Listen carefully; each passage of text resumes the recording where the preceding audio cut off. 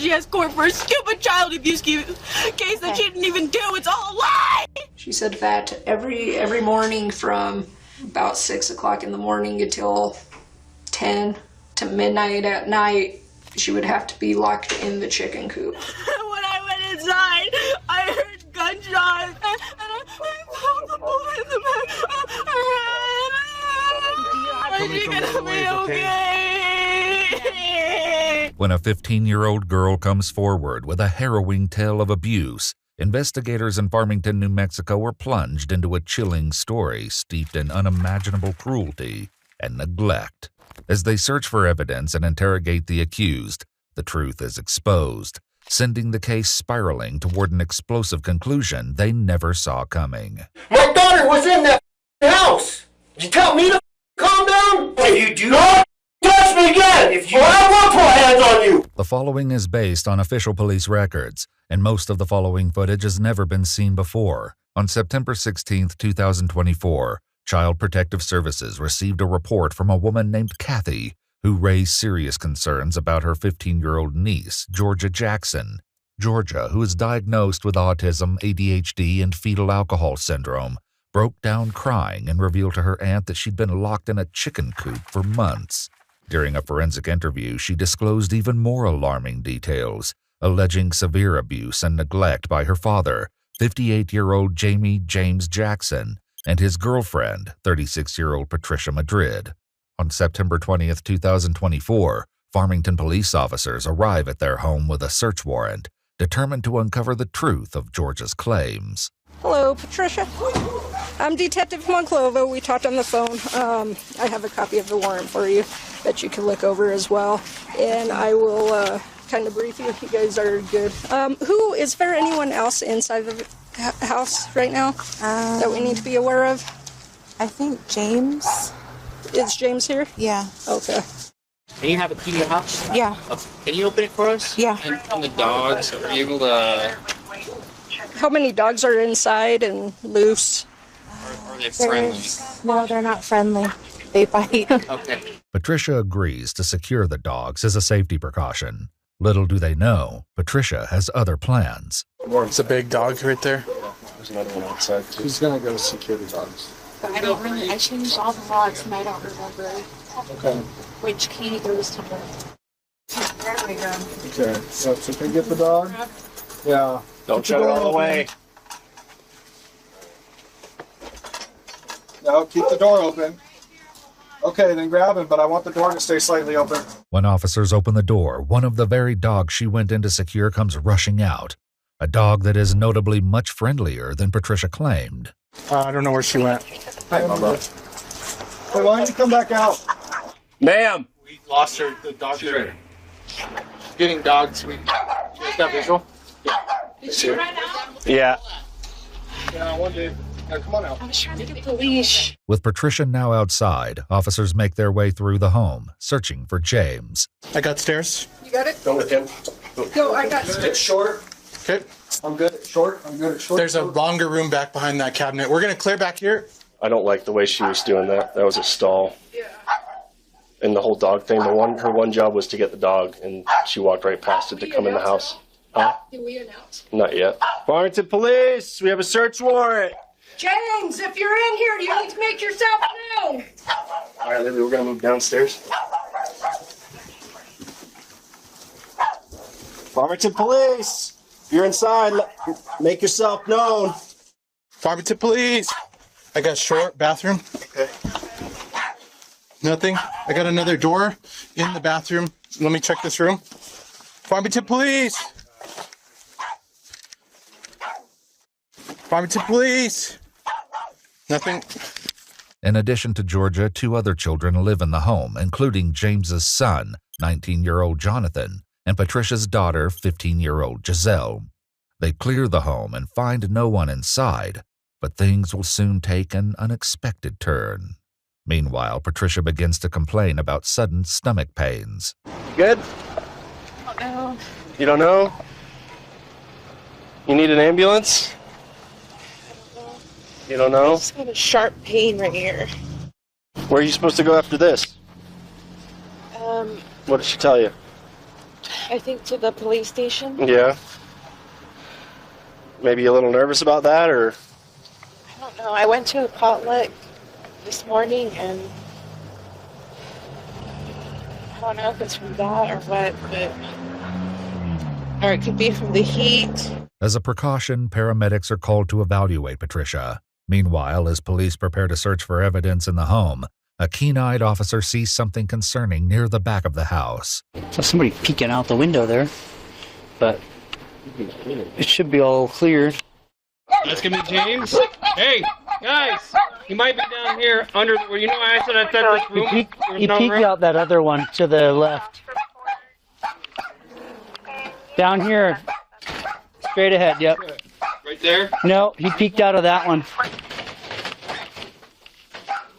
Farmington Police Department with the search warrant. Come out now. If you do not come outside, we cannot guarantee your safety. Go ahead and get 33.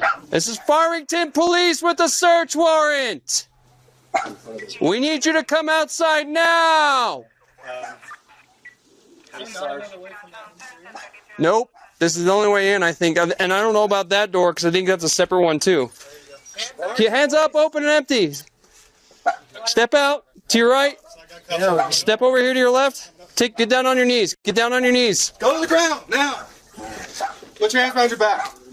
James claims he was simply asleep, even though officers cleared every bedroom in the house. Where he may have been stowed away during their initial sweep leaves them perplexed. I mean, there's a million places he could have been hiding. He could have been hiding behind these clothes. Who knows? Well, if you look at that closet, Mm-hmm. it goes way back in there. Like, Oh, yeah. way back in there.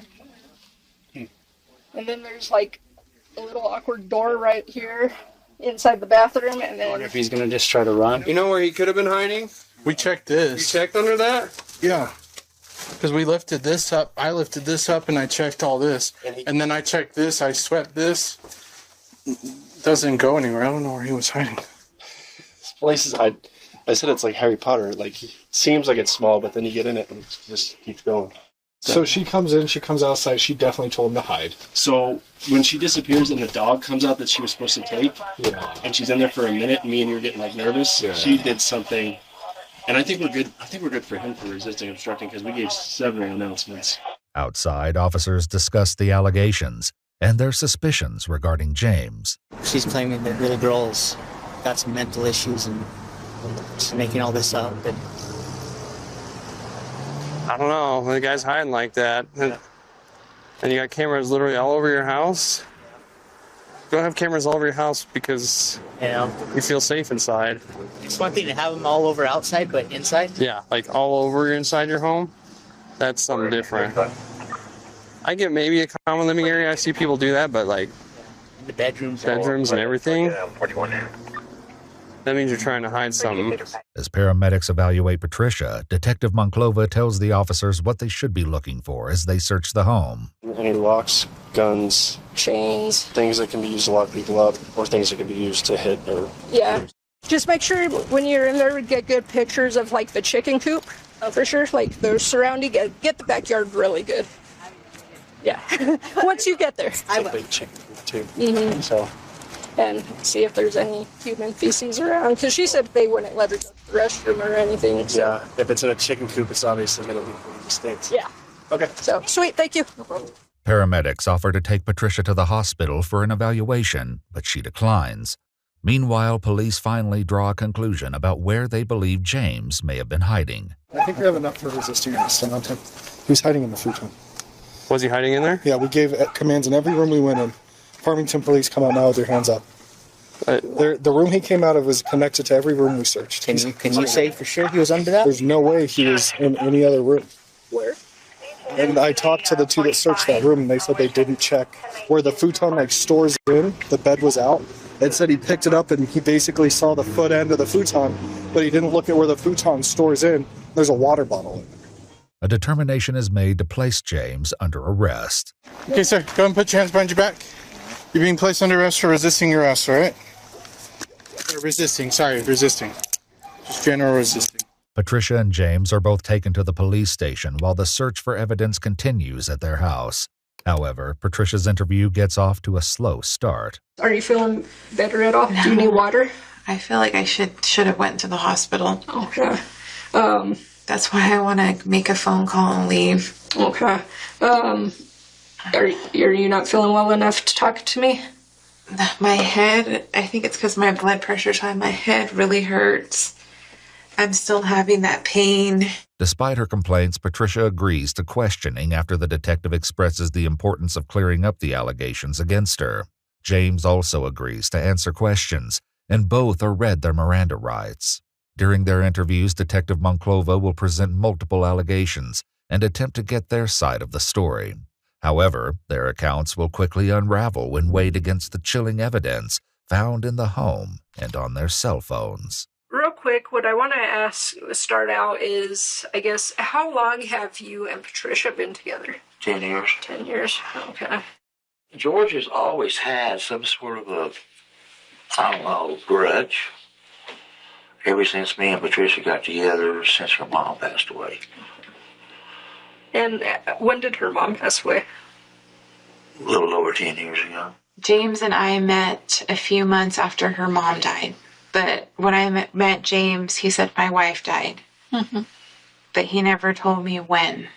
So I think maybe him and I getting together that close to when her mom died affected her. And then James wanting to move down here with me and wanting to be with me affected her. And she just is very hateful.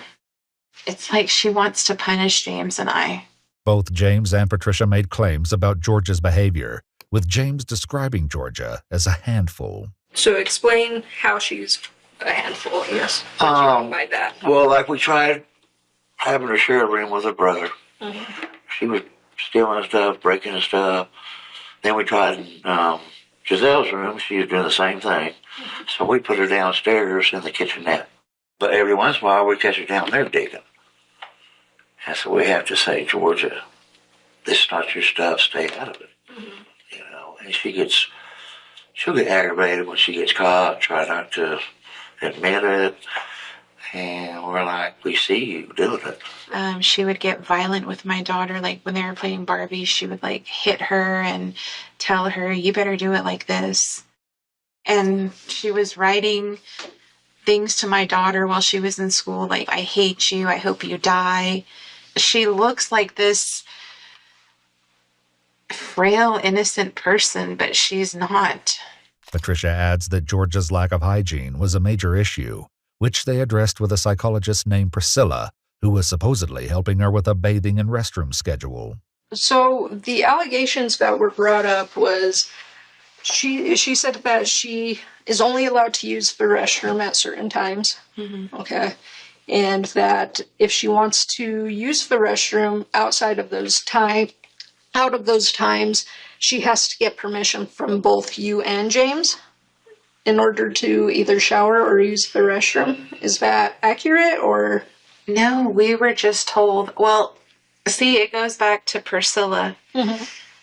We're like, how do we do this? Mm-hmm. You know? And she just said, you can't force her. Just let her do it by herself. And so that's what James and I were doing. The psychologist that we seen told us not to prompt her, not to tell her to use the bathroom, that she needs to ask us. Because it's forcing her, is what the psychologist told us. And then there was also allegations of having to actually being locked in the chicken coop out back. Okay. Tell me about that.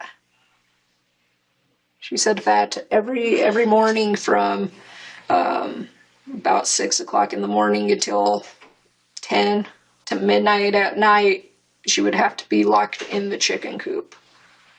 I'm not aware of that. James also denied this allegation. Why do you think she would say something like that? Well, she does a lot of lying. I just hate to say it, but I really don't have anything to do with her. Just because I'm always the target of all these allegations and stuff. Whatever she's doing or where she's at, It's all on James. During their search, officers examined and photographed the chicken coop, a small wooden structure with a dirt floor, searching for evidence that someone could have been locked inside. It isn't long before they find what they're looking for. That's where it all took place? In the chicken coop? That's where it's at. Is there a place to lock it? Sure is, right? Yeah. The padlock was right here. The chain was on the chicken coop. While Patricia and James each denied the allegations, the truth of Georgia's cruel detainment would later be discovered in a series of text messages exchanged between them. In one, Patricia tells James that Georgia can't be trusted and callously suggests they build her a cage. In another, Patricia questions why Georgia is in the restroom when her bathroom time is 7:45 and 5 p.m., lending credence to Georgia's claims she's only allowed out twice a day. Other messages from Patricia include no bathroom for her and lock her out if you have to. In addition to the chain and padlock found on the chicken coop, another is found in the floorboard of the car Patricia was driving. The lock is eerily similar to one Patricia sent to James after telling him to lock her in. We have a whole bunch of padlocks and everything. That circular one that you guys took from my car, that was on the faucet because somebody was stealing our water. In one message, Patricia notices that Georgia is urinating more frequently, accuses her of stealing water, and asks if they can shut the water off. Georgia would also claim that on rare occasions she's allowed to sleep in the home on the cracked tile floor by the front door, an area the detective pointed out during their initial sweep of the house. So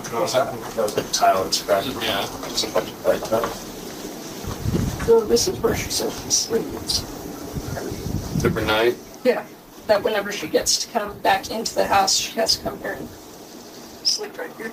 However, James and Patricia each have a different response when questioned. I mean, does she ever sleep there? Has she ever been made to sleep there? I don't know. Where does she normally sleep?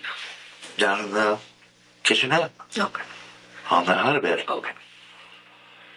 Is there any time she sleeps any other place throughout the house? No.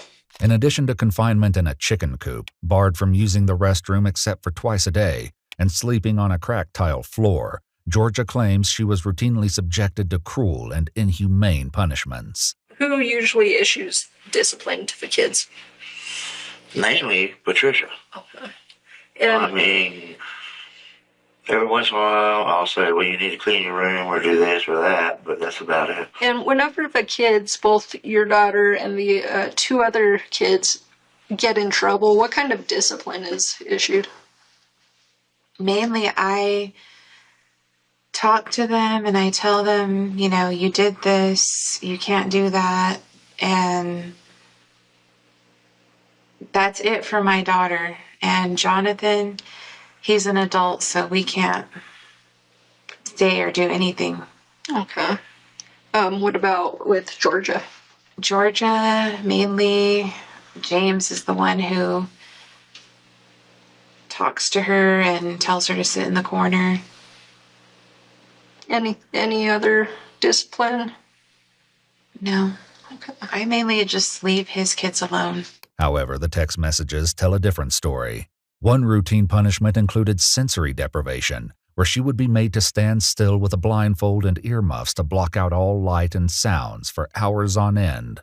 At one point, James seems to disagree with the punishment, but Patricia pushes back, stating she's the one abusing me and everyone else. Georgia recalled wearing a white blindfold with flowers and a distinct pair of orange and black earmuffs. While the blindfold was not found, headphones similar to Georgia's description were located in the house. Hey. Oh, nice. Look at these. That works. They're like a gaming headset, but they're orange and black. Is that what they were asking? They were orange? Saying they were orange? Yeah, those are like a red, but... I like it. We're going to call it that. I mean, I don't know. I know. That's a gaming headset, but I'm not going to say that couldn't be it. I don't know where she's coming up with this stuff. And then she also mentioned that last winter she was forced to stand outside near the pool or whatever all day with nothing but a little jacket on, even when it snowed. And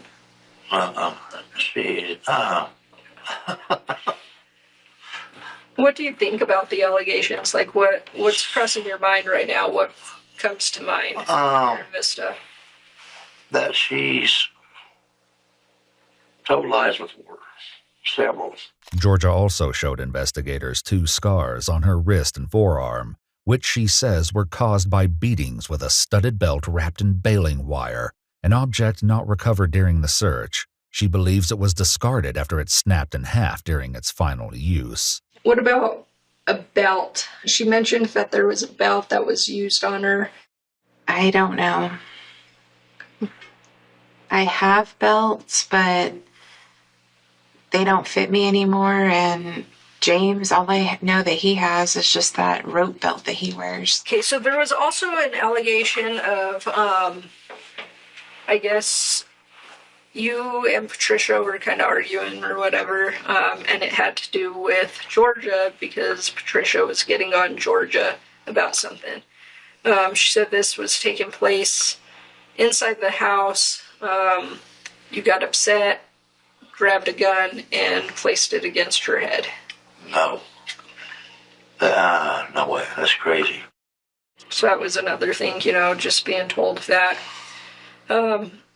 Patricia has grabbed her by the hair, thrown her around like a rag doll and sort of thing. And not that I've seen. And then she says that, she's been slapped by you a couple times, not in the face or anything, but she said because it's encouraged by Patricia, like hit her or whatever, that sort of thing. So it's just something we need to ask and cover. Yeah. So you're saying none of that has ever... No, not that I've seen. Georgia also told investigators she was routinely starved, and when she was allowed to eat, she wasn't provided with the same meal as her siblings. Several texts exchanged between Patricia and James revealed she was routinely denied food, including one that reads, "The rest of the day, don't feed her, and don't feed her until she's dying for food and starving." Patricia even accuses her of stealing food from the garden and tells James to lock her back up. I will say this. They have plenty of food. In a message sent from James to Patricia, Georgia appears hunched over. Rather than show concern, Patricia and James engage in laughter and jokes at her expense. At one point, Georgia began having stomach cramps. While James mentioned taking her to the ER, Patricia appeared to dismiss it, saying to give her Tylenol and commenting, "Damn, she's awful." One exchange suggests that Patricia was aware of the effects of starvation on Georgia. In her message, she instructs James to feed Georgia ice cream and 6 ramen meals per day, noting that she needs to look different when Roth sees her, in reference to Georgia's counselor. Perhaps unaware investigators would later find these messages, Patricia tells Detective Monclova there's a reasonable explanation for where Georgia came up with her story. My family, they tried to, help us with her and take her and stuff, but they're afraid of her too. Especially my brother, he's like, do not leave her with me. I don't want her accusing me of anything. When she's up there, she says things about us. And she's really into stalker books, murder stuff, just gory things. And she really copies and says stuff. Patricia's disdain for Georgia can be seen in a harrowing text message that reads, "I wish that was dead with her mom." Because these messages wouldn't be discovered until later, as Patricia refused to give consent to search her phone without a warrant, she was allowed to return home after the interview, and James remained in custody. Later that night, police returned to Patricia's home to retrieve an item left behind by police, only to face protests by a frustrated Giselle over the confiscation of her cell phone and the search warrant. Hello, Sergeant and I at Police Department. I think we left our bag here, a black camcorder bag. Yes. Can I grab that from you guys?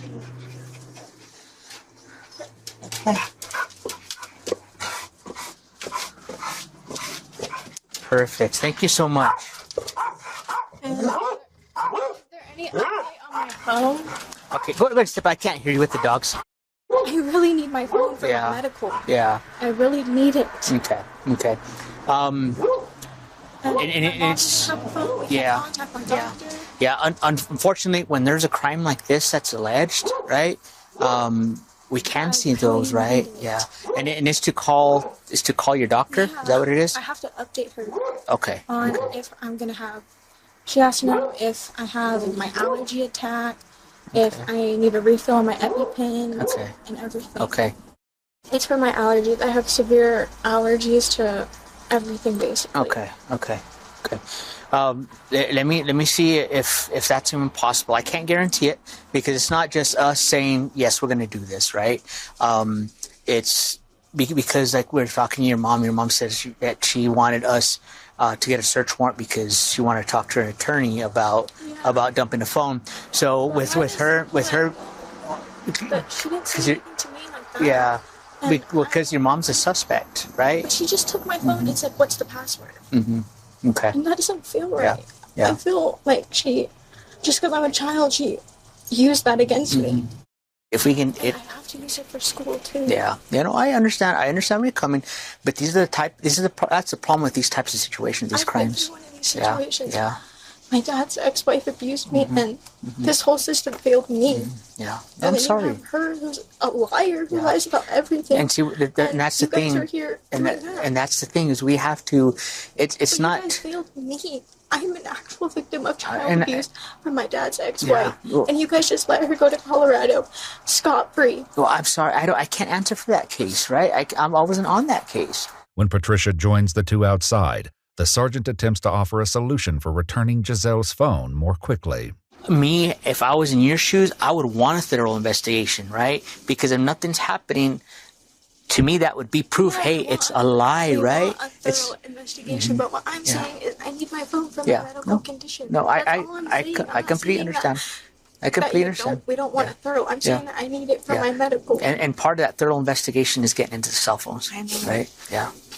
If she were to come in contact with something that she's allergic to, I don't even have a phone. Okay. So let me ask you this: if we have her EpiPen, if I were to get a detective in to go and dump it, would you guys give consent to dump? Now, yours I'm going to hold off for a search warrant, but for yours, would you be willing to hang tight and not give us consent to go and dump it without a search warrant? I just want my phone. Okay, because I'll be honest, because if you say no, we're going to have to get a search warrant based on the allegations.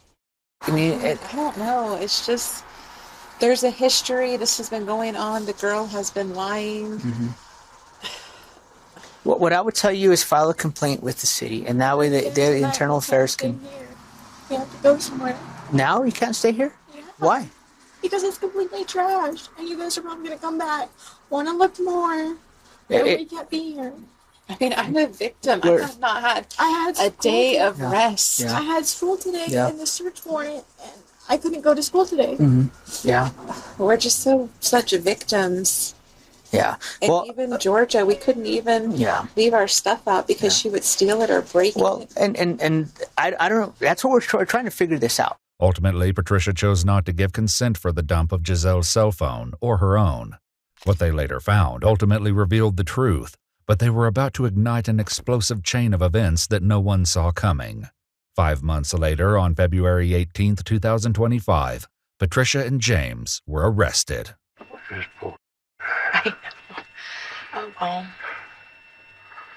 Oh, I love you. Love you. We'll get through it, babe. And now we have to go to court. Patricia and James each posted bond and were released from custody.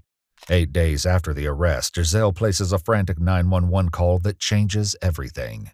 In a shocking twist, Patricia has been brutally shot in her own driveway.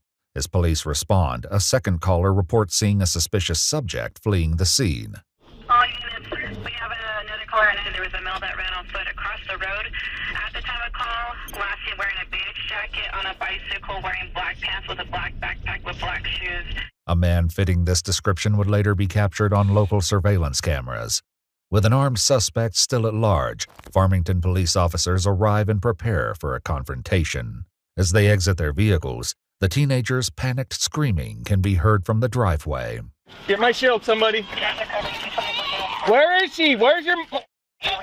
Okay. Stand right there. Okay, watch the bullet.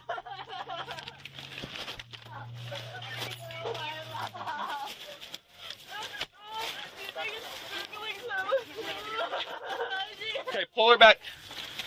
Get her out of here. Officers escort Giselle away from the scene, her cries continuing as they guide her safely to a police cruiser. Oh, you're gonna be okay. Come in. Where's the paramedic? They're coming right Ma'am, they're coming, okay? Ma'am, they're coming. Ma'am, they're coming. Ma'am,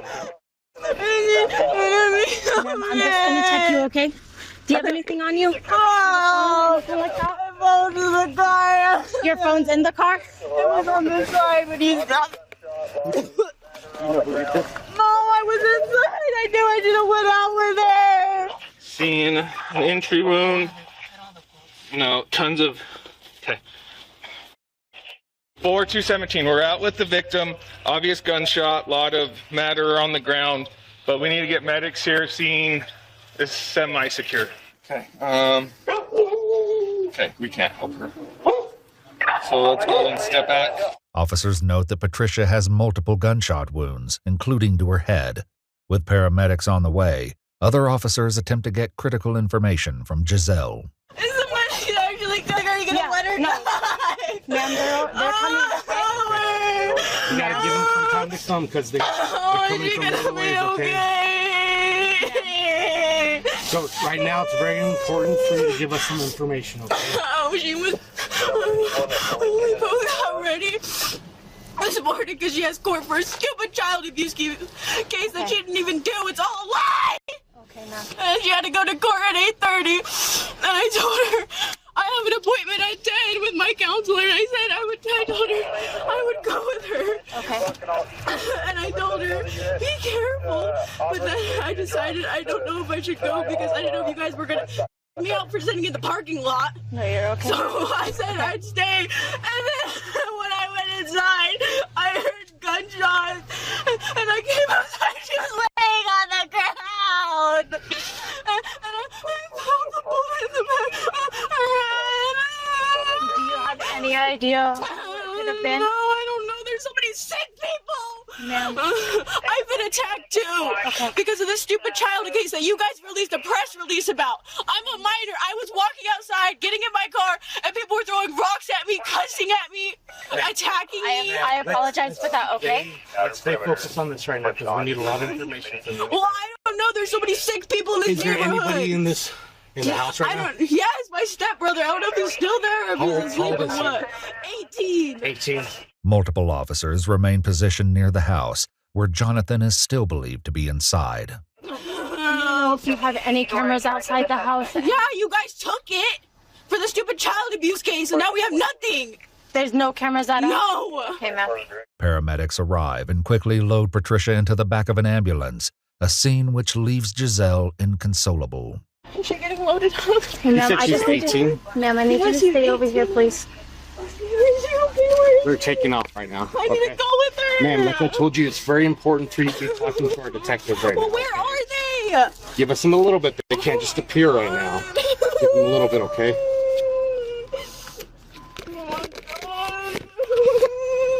how do I visit her? I just go to the hospital. We'll When let do you you guys know. drive me and let me get my stuff because I just have my permit and I can't drive by myself. Once the detectives tell us it's okay, then we'll help you with that, okay? Ma'am, will it help if I help you breathe? No, I want to be with my mom. Where's Jonathan's dad at? I don't know. He left because they put out some warrant for his arrest because he wasn't allowed to be at the house. Where's your mom at?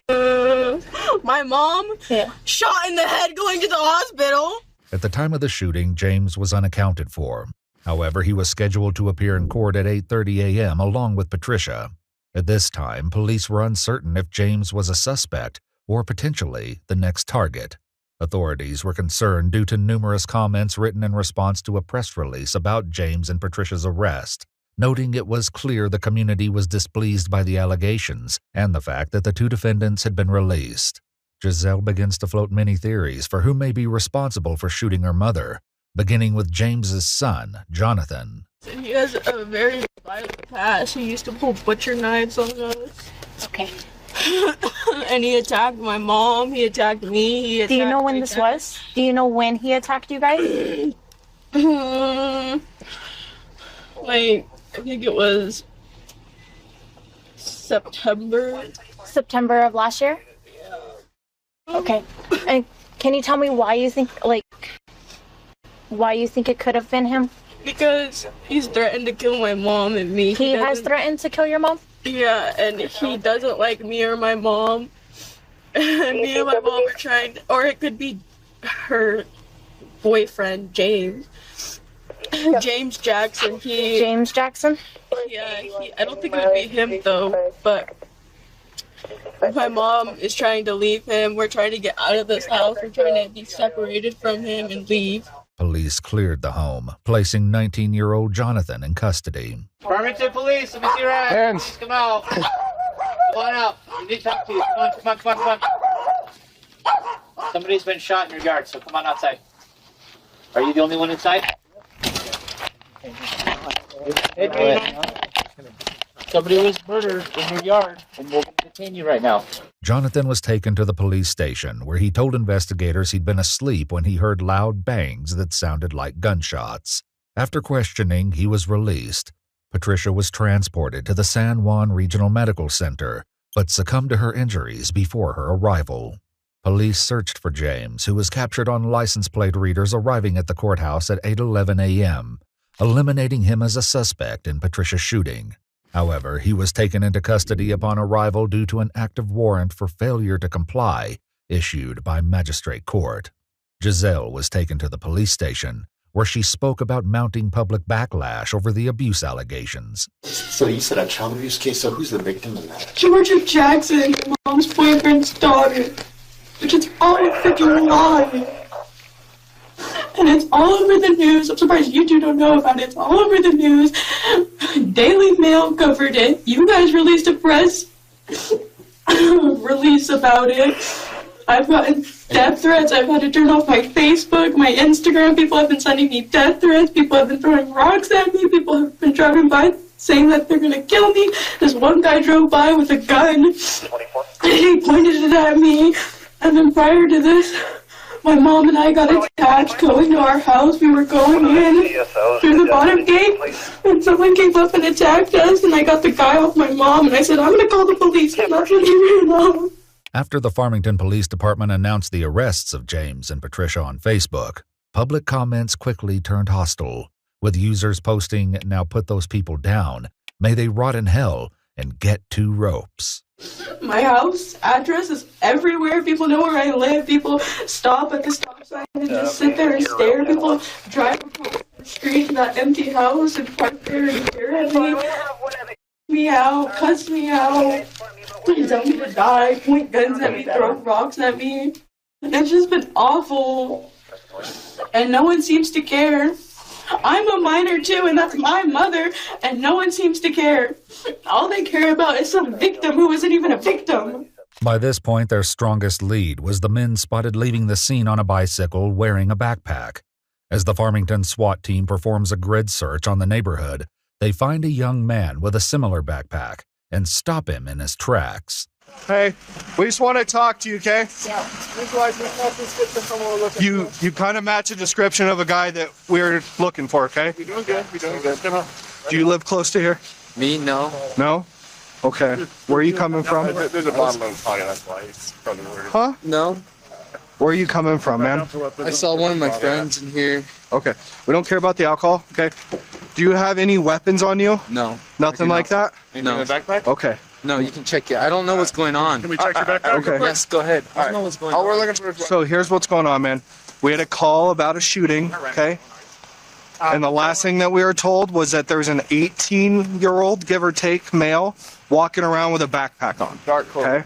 Okay? In dark clothing. So that's why we're contacting you, okay? As soon as we make sure you don't have a weapon or anything like that, we're going to bounce, okay? Okay. Officers learn that he's on his way to school, find nothing suspicious in his backpack, and send him on his way. You have any questions for me? No, it's just that you guys scared me so I hear you. much. I hear you, man. We're just looking for someone that did some bad stuff, okay? Okay. All right, you're good to go, okay? Make it to school, please. They continue to search the area but don't find who they're looking for. Authorities turn to further canvassing efforts, going door to door in search of more cameras.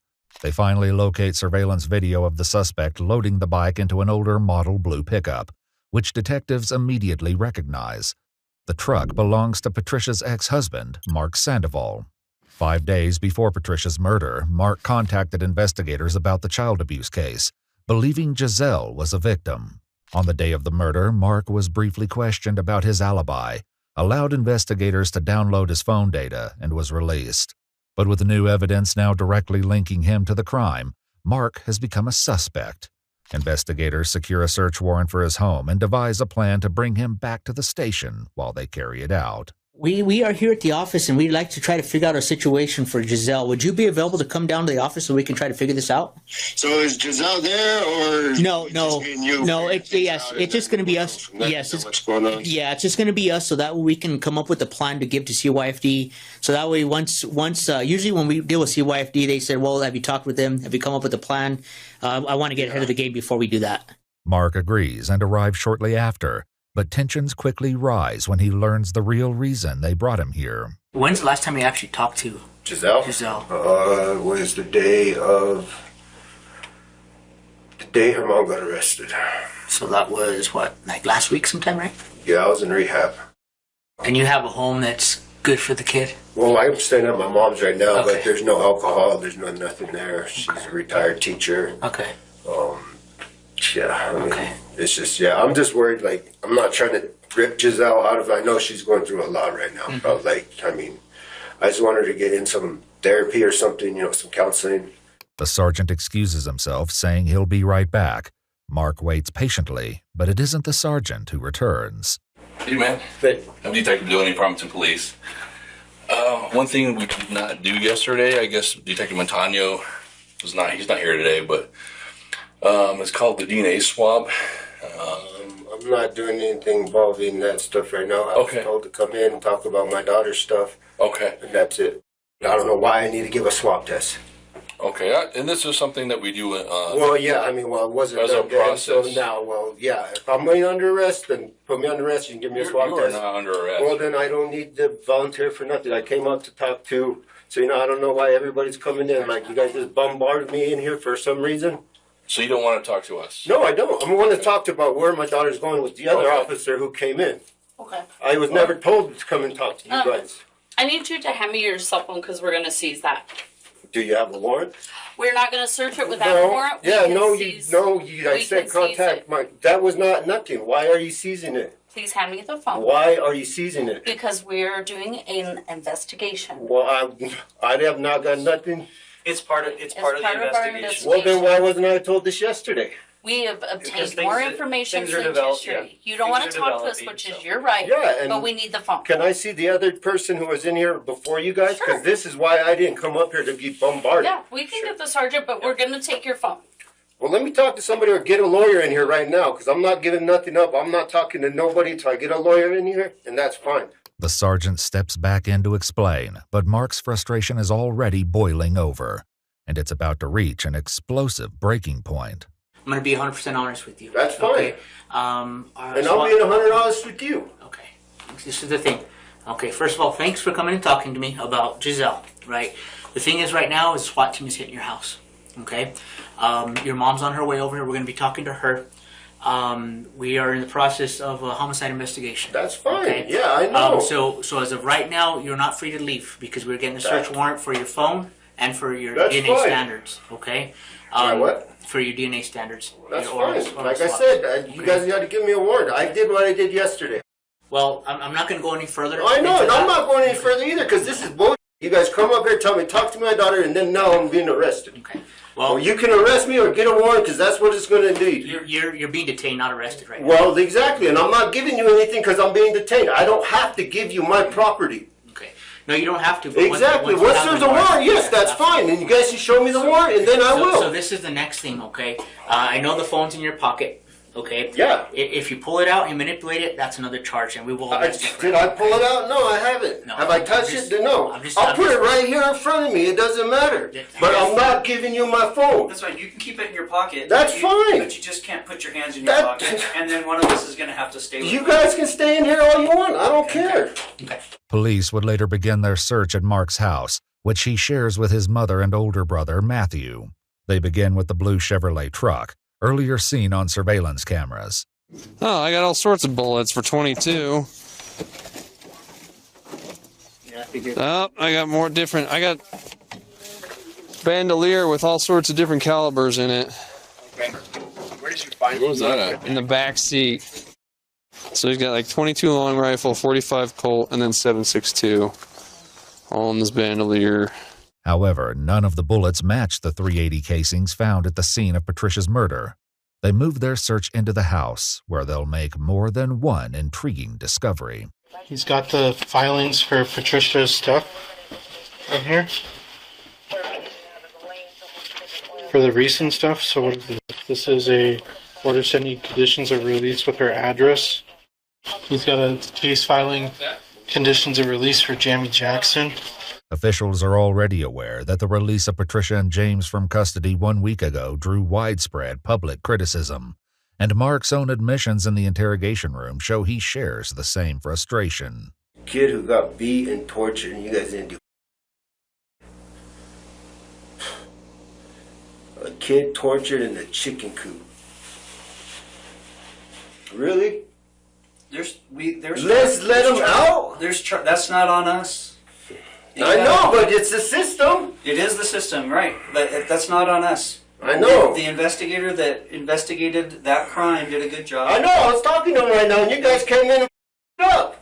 Yeah. Well, we're not. I don't want to make you upset. You did. This has been upset since I got out of rehab. Found out my daughter's mom and child abused somebody for 14 offenses.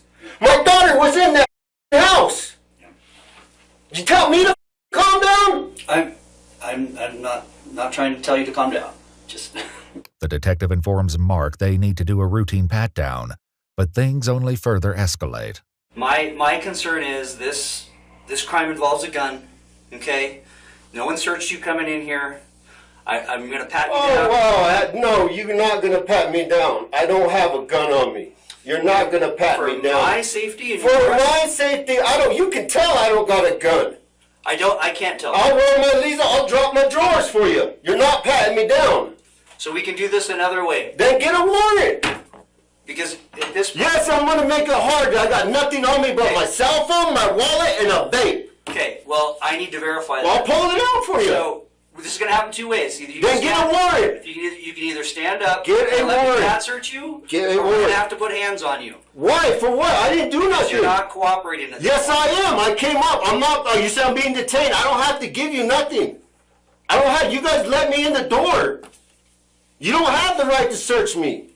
For our safety, we do. Get a warrant. I don't care. Because I came in, then arrest me. Then you guys are wrong. You know what? Just stand up. This is wrong. We're just gonna. This is wrong. You guys have no right to touch me. Just go. No, man, you guys are wrong. There's no right to do this. It's just wrong. Man, there's no warrant or nothing. Like, look, they on me. Let me go. We will as soon. Let me go. I'm not holding you. No one's. There's nothing on me. You know that. This is bull. Man. Have a seat. Man, get off of me. Have a seat. Get the off of me. Have a seat. This is bull. You touching me. Have a seat. Don't touch me. Hey, listen to me. You know I don't have. Don't touch me. Listen to me. What? Do you want to sit there without handcuffs on? I ain't doing that. You know I don't got nothing on me. If you do not touch me again, or I will put hands on you. If you do not calm down, you're going to go into cuffs. I ain't doing that. You're the one who grabbed me. This is going to happen. We're just going to watch you, okay? Why do you have to nothing on me? Okay, we just put hands on me. We just have to make sure, okay? I already explained why we did that. So I explained you had on me. I don't trust you. I don't trust you. Okay, we can agree on that. Let's get you run me in here for Have a seat. Get the out of here. Get a lawyer or get me Weston or get a warrant. Mark, that's what we're working on. All right, then. Don't come back in here. Mark, what's going to happen, we're just going to keep an eye on you, okay? Just don't. You have no right to grab me and touch me and hold me. I'm not being held. I'm not being charged. Okay. So why am I being searched? Sit down, okay? Just calm down for No, why am I being searched? Make sure you have weapons, okay? Turns up, baby. You think I'm going to come into a police station with weapons? Sit down. Okay, just calm down, man. Where the I need a search warrant. I need a lawyer. I need a phone call to call a lawyer now. As As officers search Mark's bedroom, which he shares with his older brother Matthew, they locate another piece of evidence related to the child abuse case. Oh, crap. Hey, come take a look at this. Where's Brittany at with the camera?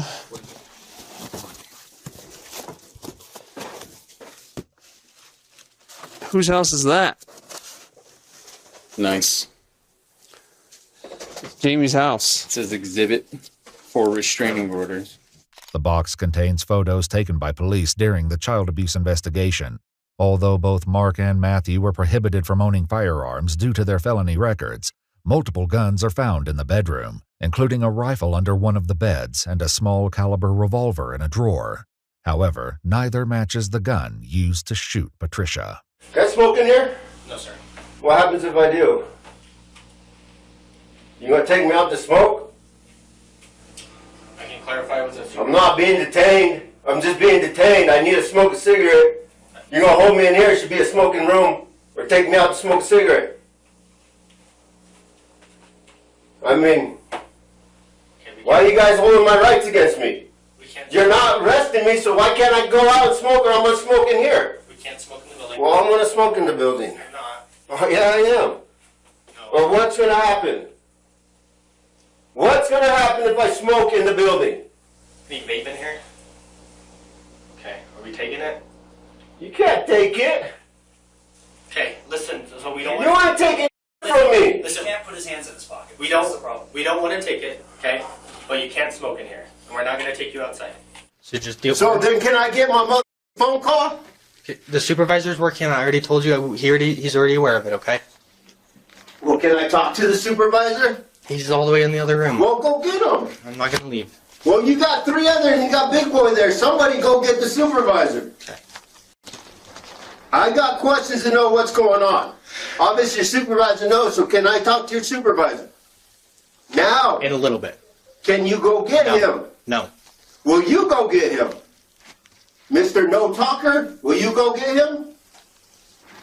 No? I'll go. You're gonna stay in this room. I'm not doing nothing.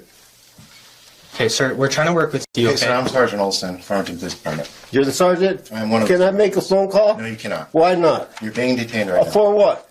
I can't smoke, I can't use my... Listen. Then arrest me! We're getting a search warrant for Then arrest me! No, you're being detained. Well, how long do you have to detain me for? Until we get the search warrant. So, then, yeah, that's how you get the search warrant. So you pretty much then just arrest me. No, you're being detained.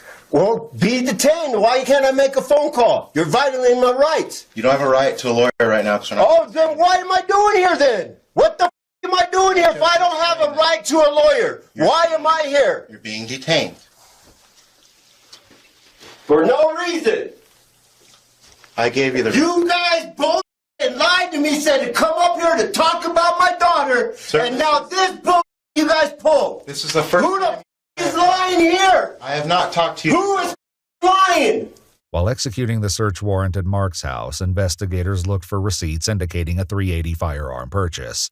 When none are found, they turn to other possibilities for how it may have been acquired. You guys look at mom stuff, the documents? No, but I think that's a good place to start because she could be the one purchasing some of the firearms too. You know. Well, you guys know that, like the brother that's passed away, Joshua.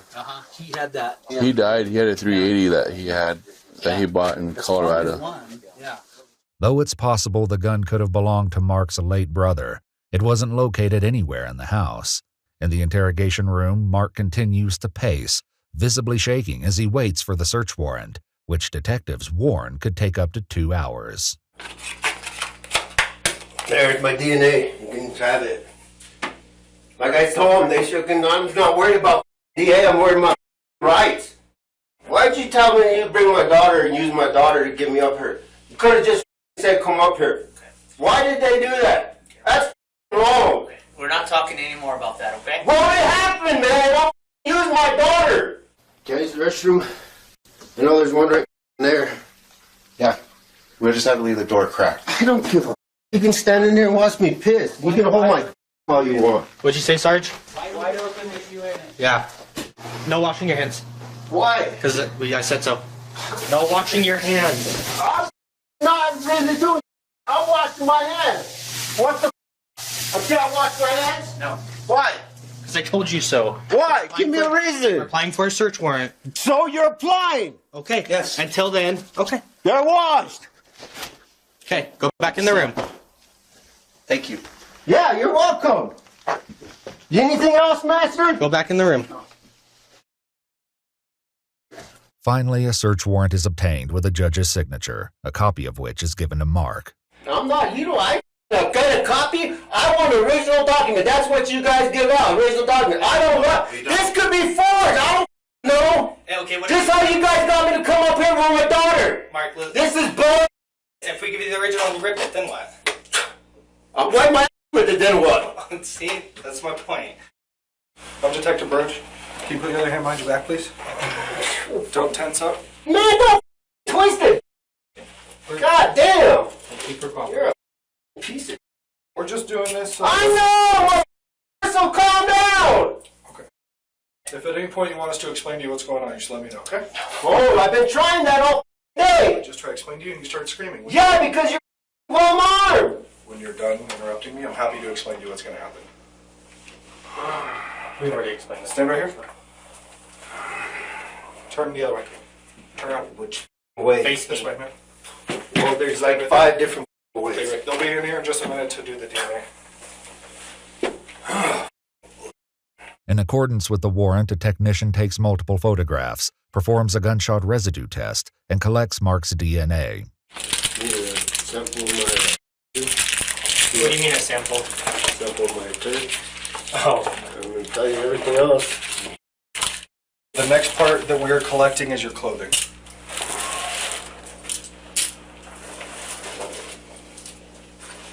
Including but not limited to pants, underwear, shirts, socks, shoes, or others. So what? I'm supposed to get butt naked? So we have this Tyvek suit that we're going to put you in, okay? God. So we're also going to collect your glasses. What am I supposed to see? You want my hairband too? After tossing his hairband on the ground, officers collect that too. With the search warrant complete, Mark is allowed to leave, but a shocking discovery the following day changes everything, turning the entire case on its head. At a dump site, investigators find a bicycle similar to the one seen in the surveillance footage. They also locate a discarded .380 handgun, ammunition, a red gas can, and clothing, including a tan-colored jacket. Oh, hold on. No. Another gun? Nope. Another what? Nope. Magazine. Even better. Oh my goodness. Yeah. Glasses. Prescription glasses. Curiously, Mark's glasses are already in police custody. A licensed optometrist compares the prescriptions for the glasses taken from Mark and the ones found at the dump site, concluding that they don't match. This leaves investigators grappling with the possibility that their prime suspect may not have been the one who pulled the trigger. In addition to the items at the dump site, investigators locate a pair of shoes that look brand new.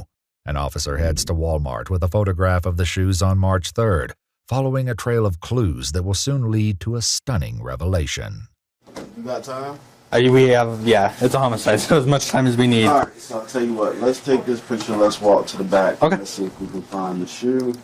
And we can scan the shoe and you can actually see the last time it was sold. Sweet. They head to the shoe aisle, find a matching pair, and return to the security office. There they discover a pair of these shoes were purchased one day before the murder. Oh, and a gas can. We have a gas can in the photos. Yeah.